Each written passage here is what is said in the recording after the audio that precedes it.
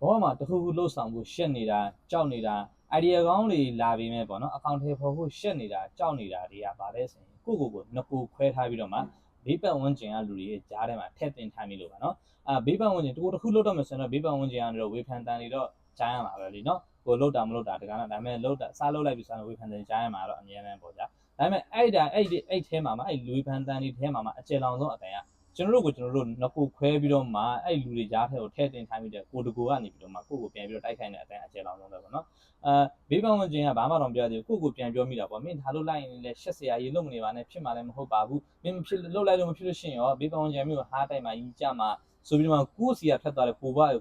ပြန်ပြီးတော့တိုက်ခိုက်တာဆိုတော့အဲ့လိုမျိုးမဖြစ်ရလေအောင်ဘာလို့လဲဆိုရင်ကိုစီမှာ idea ကောင်းတွေရှိတခုလှုပ်ချင်တယ်လှုပ်တော့မယ်ဆိုရင်တကူပဲထားပါတကူပဲထားပြီးတော့မှကိုလို့ဆက်ရှိတော့ကိုတန်တန်မလှုပ်လိုက်ပါကိုလို့ရှင်တဲ့အရာကြီးကိုပဲအာယုံထားပြီးတော့ focus အပြည့်အဝထားပြီးတော့မှလှုပ်လိုက်ပါဘေးပတ်ဝန်းကျင်ကအတန်လေးတွေကတော့သူကလာတော့ရှိနေမှာပဲလေနော်ကိုတခုလှုပ်တော့မယ်ဆိုရင်လည်းမဖြစ်နိုင်ဘူးလှုပ်မနေနဲ့ဆိုတော့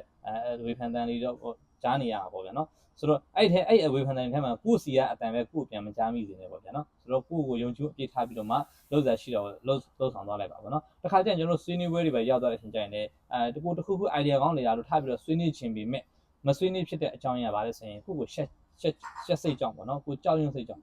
ပေါ့အဲ့စိတ်ကြောင့်ကိုထားပြီးတော့မဆွေးနွေးဖြစ်တယ်တကယ်ကိုဆွေးနွေးလိုက်မယ်ဆိုရင်တော့ idea ကောင်းတွေထွက်လာနိုင်တယ်နော်ဒါပေမဲ့ကိုအတွင်းထဲမှာရှိတဲ့ကိုရဲ့နောက်တကူကနေပြီးတော့လုံနေပါနဲ့ပြောနေပါနဲ့ထားလိုက်ပါရှက်စရာကြီးအဲ့လိုမျိုးတွေပေါ့ဆိုတော့ကိုလို့ဆက်ရှိရဆိုရင်ကို